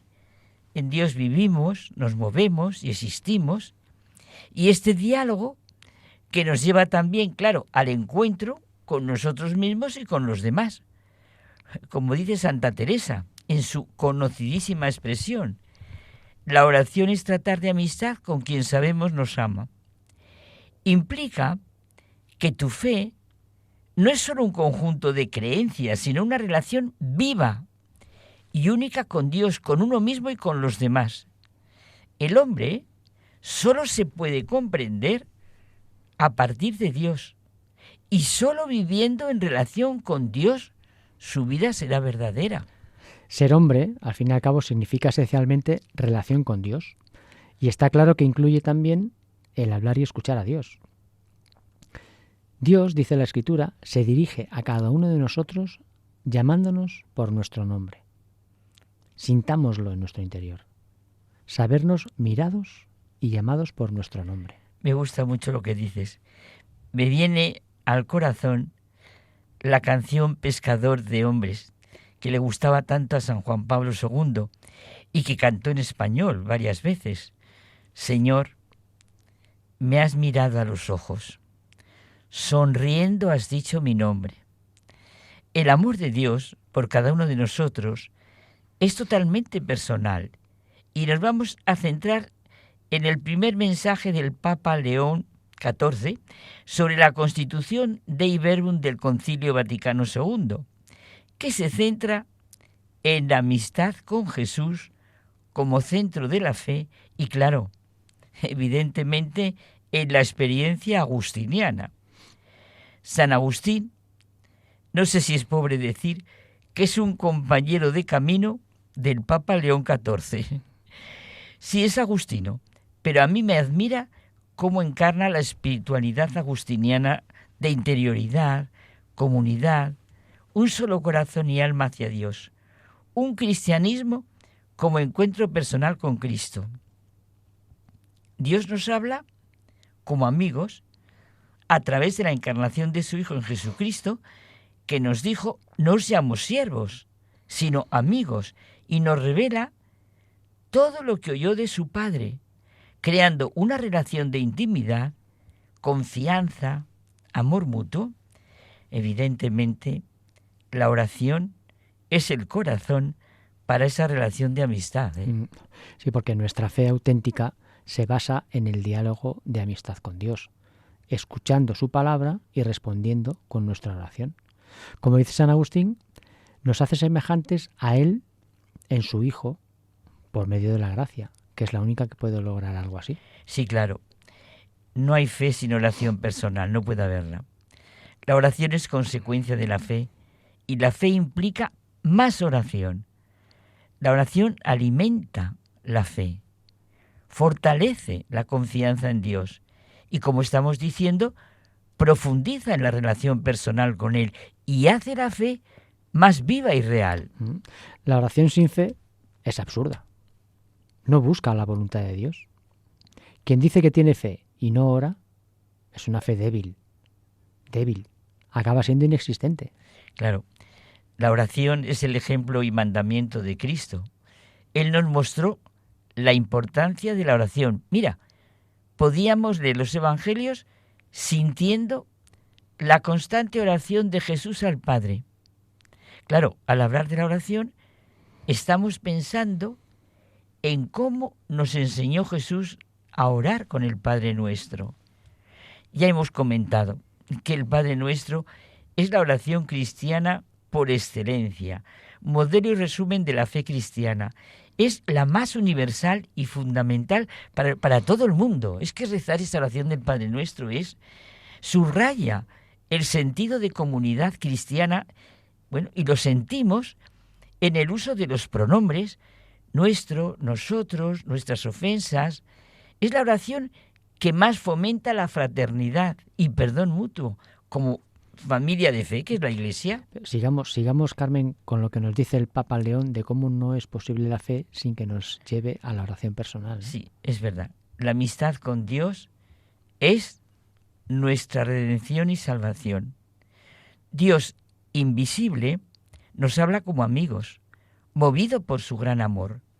Mora en nosotros y nos invita a la comunicación con Él. El Dios del Génesis ya dialogaba con los hombres, incluso ante el pecado, que interrumpe este diálogo y no cesa de buscar establecer una alianza con ellos cada vez. Así, cuando Dios se hace hombre en su Hijo, para venir a buscarnos, restablece el diálogo de manera definitiva. La nueva alianza es nueva y eterna. Dios nos habla a la luz de la Constitución Dei Verbum. El Papa nos recuerda la diferencia entre la palabra y la charla. Es importante comprender la diferencia entre la palabra y la charla. Esta última se detiene en la superficie y no realiza una comunión entre las personas. Tú y yo no charlamos, tú y yo dialogamos y nos encontramos. En las relaciones se dan las relaciones auténticas. La palabra no solo sirve para intercambiar informaciones y noticias, sino también revela quiénes somos. La palabra posee una dimensión reveladora que crea una relación con el otro. Así, hablándonos, Jesucristo se nos revela como el enviado a nosotros por el Padre y nos invita a la amistad con Él. La palabra alimenta las relaciones. Primero se debe cultivar la escucha, indica el Papa, para que la palabra divina pueda penetrar en nuestras mentes y en nuestros corazones y al mismo tiempo hablar con Dios. ¿Cómo? A través de la oración. No para comunicarle lo que Él ya sabe, sino para revelarnos a nosotros mismos. Claro. Por tanto, José Manuel, la oración es necesaria para vivir y cultivar la amistad con el Señor. Esto, claro, se realiza en la oración litúrgica y comunitaria, en la que no somos nosotros quienes decidimos qué escuchar de la palabra de Dios, sino que Él mismo, quien nos habla por medio de la Iglesia. Bueno, y también necesariamente, evidente, en la oración personal, que tiene lugar en el interior del corazón y de la mente. Añadió el pontífice, nuestro Santo Padre, que nos exhorta a encontrar momentos de recogimiento en medio de la rutina diaria. Durante la jornada y la semana del cristiano, No puede faltar el tiempo dedicado a la oración, a la meditación, a la reflexión. Solo cuando hablamos con Dios podemos también hablar de Él. Si Jesús nos llama a ser sus amigos, intentemos no desoír su llamada. Acojámosla, cuidemos esta relación y descubriremos que la amistad con Dios es nuestra salvación y nuestra felicidad. Mira, para San Agustín, la oración es un diálogo de amor vital, un don de Dios que nos prepara para recibir sus gracias, una apertura constante a la presencia divina que se expresa en el deseo sincero y en la perseverancia, y una forma de que nuestra propia vida, a través de las obras buenas, se convierta en alabanza a Dios. Es invocar a Dios para que crezca nuestro deseo de Él, no para informarle, como decíamos, bueno, lo insiste el Papa, de necesidades que ya conoce, y para que Él purifique y disponga nuestro corazón para sus dones. Sí, la oración es un regalo de Dios, no solo un esfuerzo humano.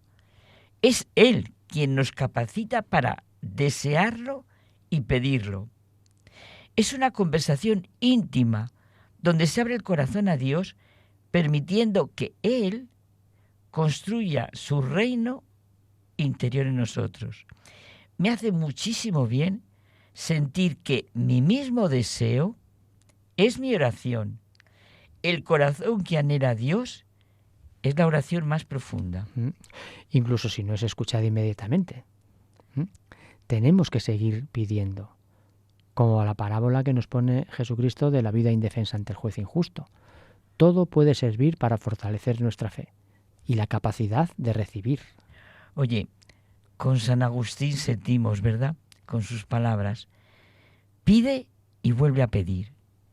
Dios no pretende que le descubramos nuestros deseos, sino que por la oración se acreciente nuestra capacidad de desear. Mi lengua alaba temporalmente, alabe siempre mi vida. Dios Padre nuestro, que nos exhortas a la oración y concedes lo que se te pide. Rogándote, vivimos mejor y somos mejores, que nuestro amor supere el defecto de la oración. Pasará la súplica, seguirá la alabanza, pasará el llanto, seguirá el gozo. Claro.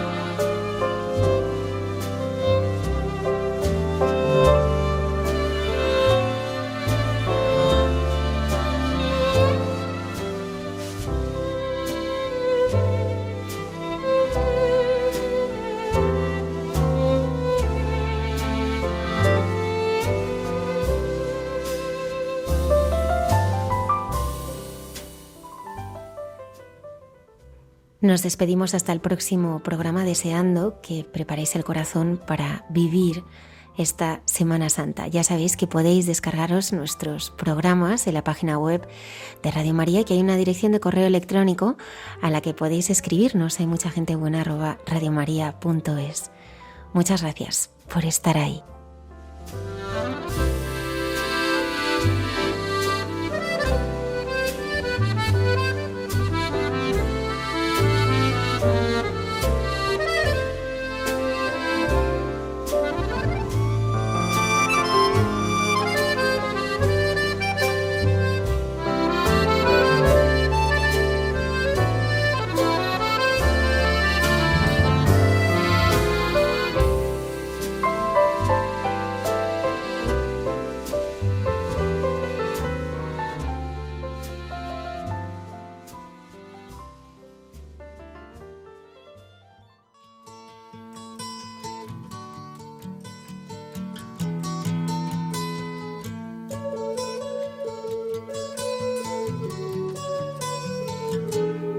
Han escuchado en Radio María Hay mucha gente buena, un programa que dirige Almudena Delgado. I say it's all